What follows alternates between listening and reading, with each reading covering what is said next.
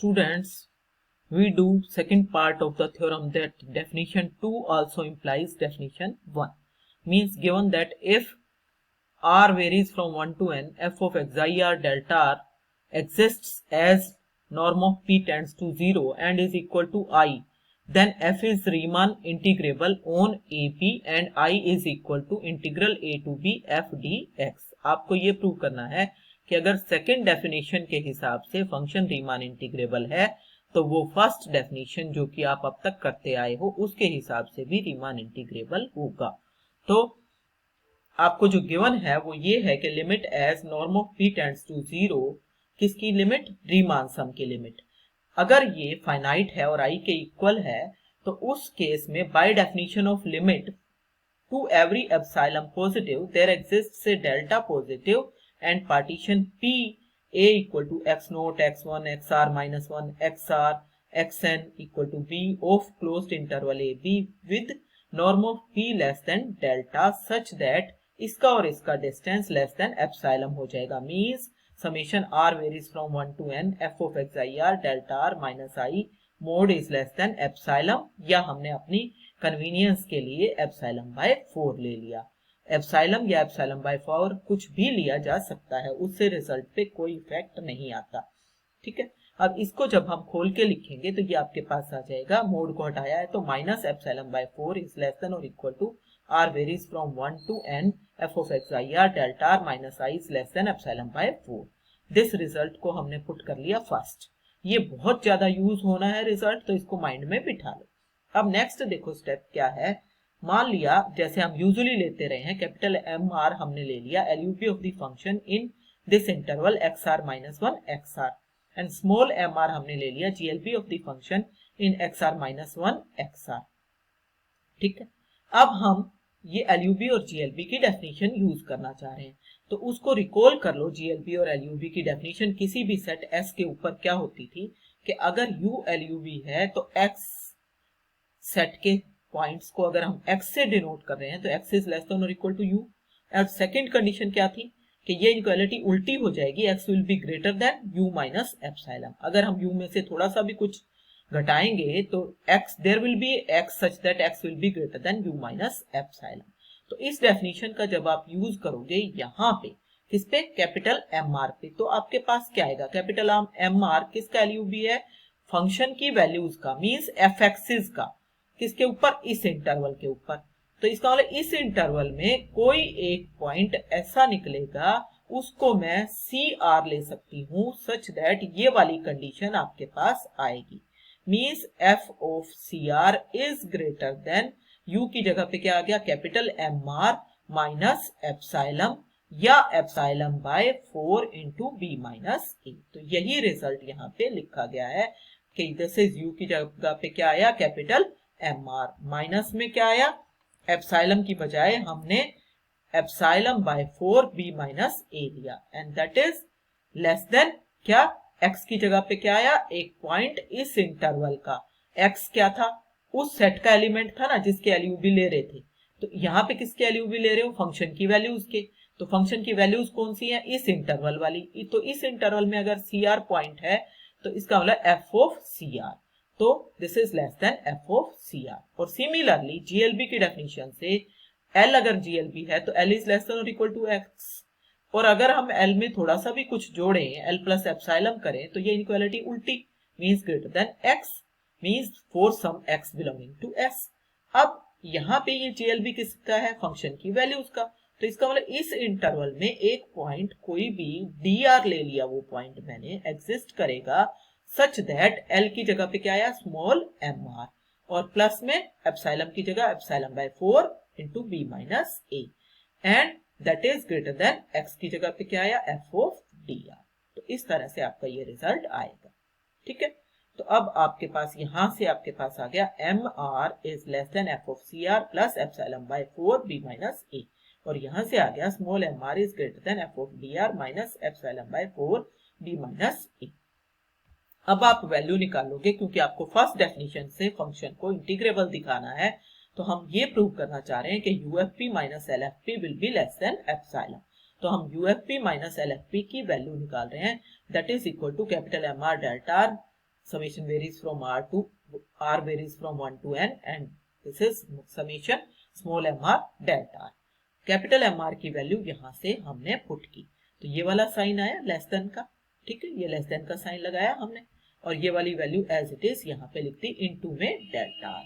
यहाँ पे तो बीच में माइनस है, जब आप इसको माइनस करोगे तो उस केस में आपके पास ये फैक्टर जो है माइनस आपका लेते ही यहाँ पे माइनस से मल्टीप्लाई करते ही ये इनइक्वालिटी उल्टी ऐसी ही हो जाएगी जैसी ऊपर है, तो इसका मतलब ये वाला साइन ठीक है, तो यही वाला साइन रहा और यहाँ पे आ गया माइनस और ये वाली वैल्यू, इस वैल्यू का minus F of D R minus epsilon bye 4b minus A into delta R. अब डेल्टा आर से मल्टीप्लाई इसको खोल लो तो ये चार फैक्टर बन गए अलग अलग, ठीक है, इसमें क्योंकि आर नहीं था ये बाहर आ गई ये वाली टर्म्स और डेल्टा आर का सम होगा आपका sum of the interval means b minus A, तो वो b माइनस ए कट के आपका एप्सिलॉन बाय 4 बनेगा। ऐसे ही इस वाले केस में भी ये बन जाएगा एप्सिलॉन बाय 4। तो बच्चे क्या ये वाले दो फैक्टर बच गए F of C R delta R minus में F of D R delta R. इस फैक्टर को हमने क्या किया, इसमें i को सब्ट्रैक्ट किया और i को प्लस किया। कैसे, देखो यहाँ पे आपने माइनस i किया, यहाँ पे एक ये माइनस है और एक ये माइनस है, दोनों मिलके प्लस हो जाते हैं ना, तो इसका मतलब एक i आपने ऐड किया है और एक i आपने सब्ट्रैक्ट किया है। तो इस तरीके से हमने कर लिया। अब इन दोनों की वैल्यू कहां से लाओगे, 1 से लेके आओगे।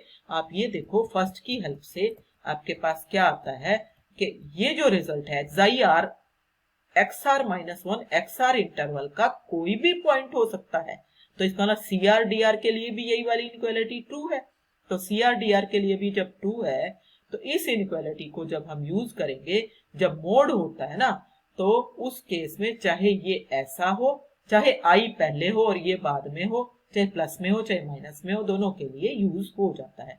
तो cr के लिए तो आपका ये एग्जैक्टली यहां से आ जाएगा, ठीक है। dr के लिए क्योंकि माइनस साइन दिया हुआ है पहले, तो दिस इज ग्रेटर देन, ये वाली पहले वाला पार्ट यूज करोगे, इसको -1 से मल्टीप्लाई करोगे तो ये प्लस एप्सिलॉन बाय 4 हो जाएगा, ये इनइक्वालिटी उल्टी हो जाएगी ऐसे ग्रेटर एंड माइनस का साइन आ जाएगा। तो ऐसे करके आप इसको यूज करोगे तो ये आपके पास नीचे क्या आएगा, यहाँ पे आ जाओ वापस, तो यहाँ पे आपके पास फर्स्ट वाला तो डायरेक्ट आ गया एप्सिलॉन बाय 4 और सेकंड वाला minus of minus epsilon by 4 आया, माइनस लेना पड़ेगा उसका, तो इट मींस टोटल मिला के this quantity becomes less than epsilon, so you got A partition P with norm of P less than delta such that UFP minus LFP is less than epsilon and so function is Riemann integrable. Now it remains to prove that I is equal to integral A to B f dx. तो उसको कैसे prove करेंगे, ये हमने पहले से भी discuss किया था कि xi r इसका कोई भी पॉइंट है xr माइनस 1 xr का, तो इसका मतलब ये स्मॉल mr और कैपिटल mr मींस dlb और lub ऑफ द फंक्शन के बीच में लाइक करेगा। इसको जब हम डेल्टा आर से मल्टीप्लाई करके सम लेंगे तो आपके पास ये ऐसा आएगा, ये LFP में बदल जाएगा, ये UFP में बदलता है, लेकिन ये आपके पास बदल गया रीमान सम में, तो सम लिया है और डेल्टा आर से मल्टीप्लाई किया है, तो यहां तक की इनइक्वालिटी आ गई। अब ये कहां से आई, ये आपकी आई 2 से, क्योंकि आप यहाँ पे ये प्रूव कर रहे हो कि UFP minus LFP is less than epsilon, तो इसका मतलब UFP किससे छोटा हो गया, LFP प्लस एप्सिलॉन से, तो वही चीज यहाँ पे लिखी है LFP plus epsilon. Means from here अगर आप इसको और इसको उठा लो तो means summation r varies from 1 to n summation f of xi r delta r minus LFP is less than epsilon, ये आपके पास आ गया। एक्चुअली हम किस दिशा में बढ़े वो कैसे पता चलता है, वो ऐसे पता चलता है बच्चों कि i जो है वो आपको इसके इक्वल प्रूव करना है, तो हम इन दोनों का डिफरेंस निकालना शुरू करेंगे और उस डिफरेंस को हम लेस देन एप्सिलॉन प्रूव करने वाले हैं। तो एक्चुअली हम यहां से पहले हम इस स्टेप को करके देख लेते हैं कि हमें क्या क्या चाहिए। तो i माइनस ये इंटीग्रल लिखा, फिर मेरे पास i के साथ जिसका रिलेशन है वो मेरे पास ये था स्टार्टिंग में फर्स्ट इनइक्वालिटी में, r varies from 1 to n Riemann sum f of xi r delta.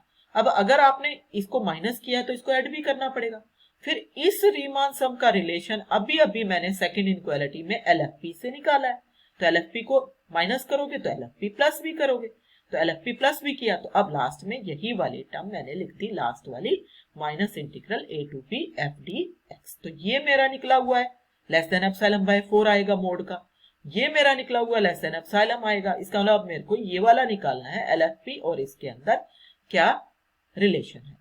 तो ये वाला मेरा अभी नहीं निकला है एक पार्ट इसमें से, तो एक पार्ट जो रह गया है वही अब हम निकालने वाले हैं। तो कैसे निकालेंगे उसको, तो उसके लिए आप ये देखो कि क्योंकि लोअर सम जो होता है वो लोअर इंटीग्रल से छोटा और लोअर इंटीग्रल अपर इंटीग्रल से छोटा और अपर इंटीग्रल अपर सम से छोटा, तो it means LFP is less than और equal to a to b, क्योंकि फंक्शन इंटीग्रेबल प्रूव कर चुके हो तो इसलिए इन दोनों को रिप्लेस कर दिया मैंने single integral a to b f dx से, and that is UFP। UFP फिर से छोटा है LFP प्लस एप्सिलॉन से, तो it means integral a to b f dx minus LFP is less than epsilon. अब सभी की वैल्यू आपकी आ गई। यहाँ पे आप ट्रायंगल इनइक्वालिटी लगाओ, इसमें इसके तीन अलग अलग पार्ट बनाए, पहला ये, दूसरा ये, तीसरा ये इस केस में आपके पास पहला part less than epsilon by 4 है फर्स्ट की हेल्प से, सेकंड पार्ट सेकंड की हेल्प से आपका लेस देन एप्सिलॉन है, थर्ड अभी प्रूव किया लेस देन एप्सिलॉन।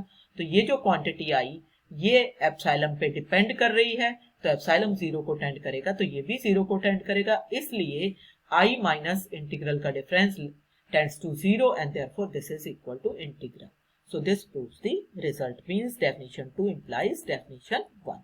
अब एक छोटा सा रिजल्ट जो कि प्रैक्टिकल क्वेश्चंस में आपको अप्लाई करना है वो है कि अगर f इंटीग्रेबल है क्लोज इंटरवल a b पर, तो इंटीग्रल की वैल्यू सेकंड डेफिनेशन के हिसाब से ऐसे बन जाएगी शॉर्ट फॉर्म में, limit as n tends to infinity summation r varies from 1 to n h f of a plus rh where h is b minus a by n।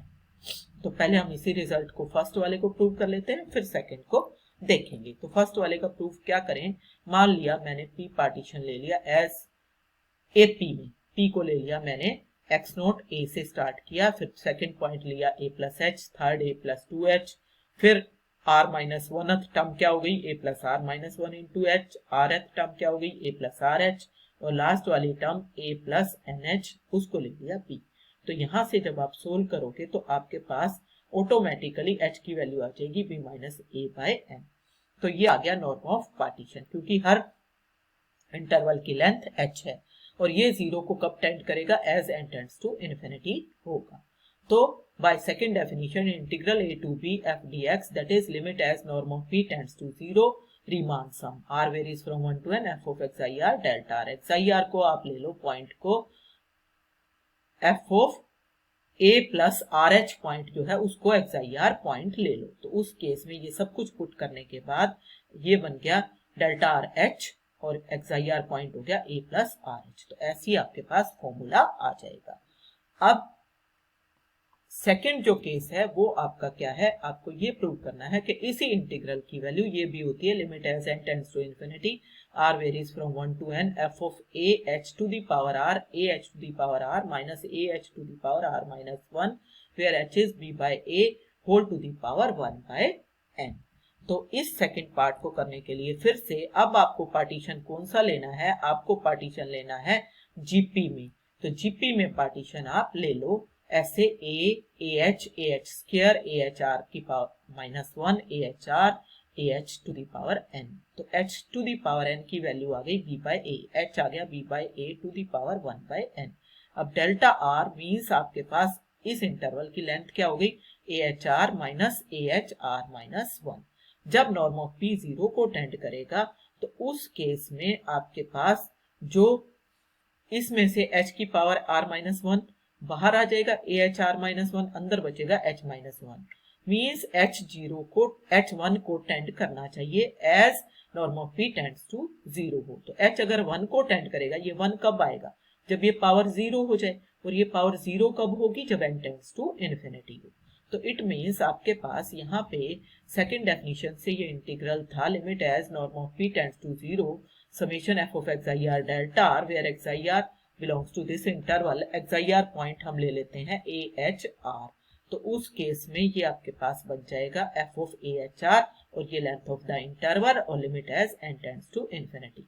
अब पहले वाला फॉर्मूला आपको कहाँ लगाना है, e की पावर x साइन एक्स वगैरह में, और जब एक्स की बहुत बड़ी पावर हो जाए 3 से ज्यादा या फ्रैक्शन में हो जाए तो सेकेंड फॉर्मूला आपको लगाना है। तो दोनों